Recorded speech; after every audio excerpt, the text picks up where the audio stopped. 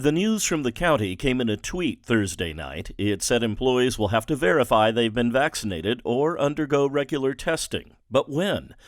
A county spokesperson sent us a brief statement which says in part that those details are still being worked out, but implementation is expected by mid-August.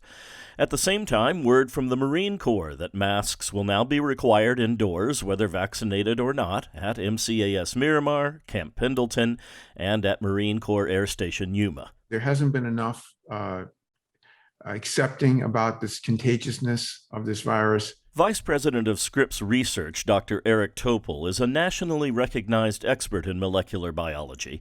He says requiring masks indoors should have happened a couple of months ago when the CDC started seeing the Delta variant take off in parts of the U.S., and he says we're still committing unforced errors in our response to Delta, beginning with the FDA not giving full approval to the vaccines. It's months overdue. Had we had the full approval, we would have had tens of millions of more people vaccinated by now. An article in the Washington Post from late Thursday is also causing renewed alarm. It cites an internal slide presentation from the CDC saying the Delta variant spreads as quickly as chicken pox, and that fully vaccinated people can easily spread it to each other. It's overriding people who've been vaccinated. Not a large number, a small number, but they can have this viral load that's high and transmit the virus to others.